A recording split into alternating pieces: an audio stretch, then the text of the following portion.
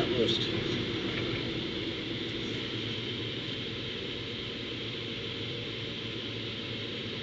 My joy, your joy.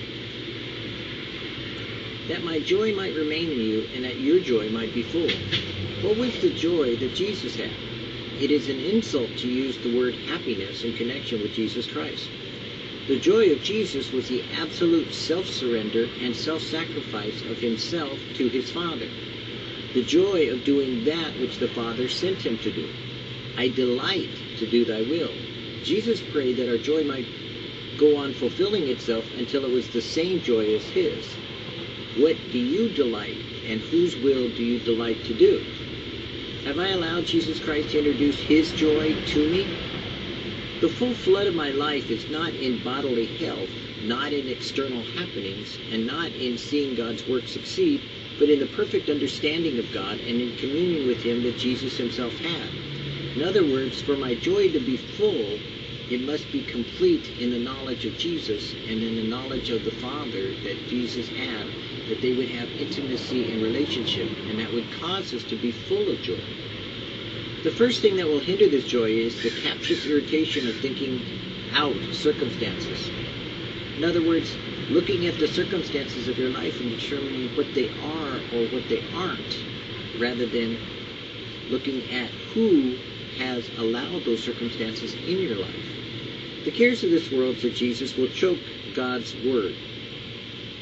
One of the most famous things I see in modern days today is politics, where Christians give up being faithful so that they could be mindful of the aspects of politics in trying to change some social occasion that they have, which will only last for a year or two, and then they do it all over again, and it's repetitious, rather than putting on the relationship with Jesus that would change the heart of men and determining that you can change an entire country by changing one person at a time.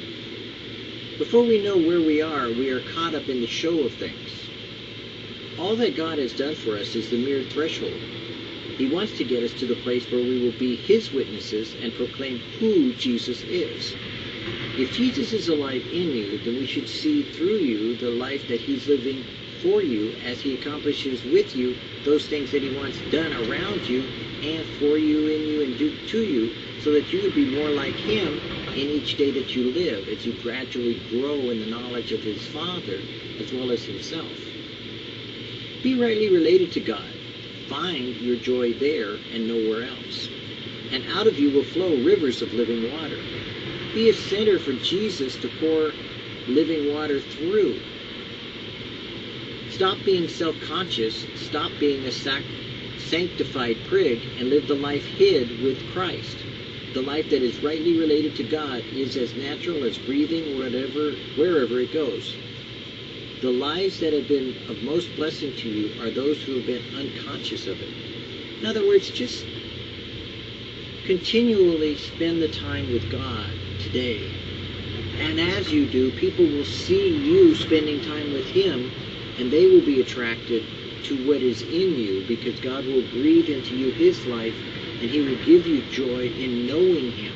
Because the fullness of joy doesn't come in worship, and it doesn't come in praise, and it doesn't come in all these other aspects, but it comes in the knowledge of the realization that God is in you, and he's living, and you can sense him, know him, and feel him, and experience him in a real way, in a demonstrative way, in a way that Jesus said, my Father I see, and I do, and I hear, and I am being. And he said that he would come, and that he even spoke of knocking on the door to Christians, that if they would open the door, he would come in and sup with them. Do you really expect Jesus to come to you today and meet with you, and then sit down and have a meal with you, and have coffee, and share with you, and talk to you? That's what the joy is.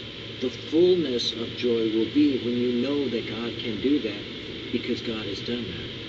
And when you do, ain't nothing going to take that away from you. Believe me, you'll never doubt anything. So go forward with God in a greater way than you've ever known before. Not in doing for, but in being with the living God.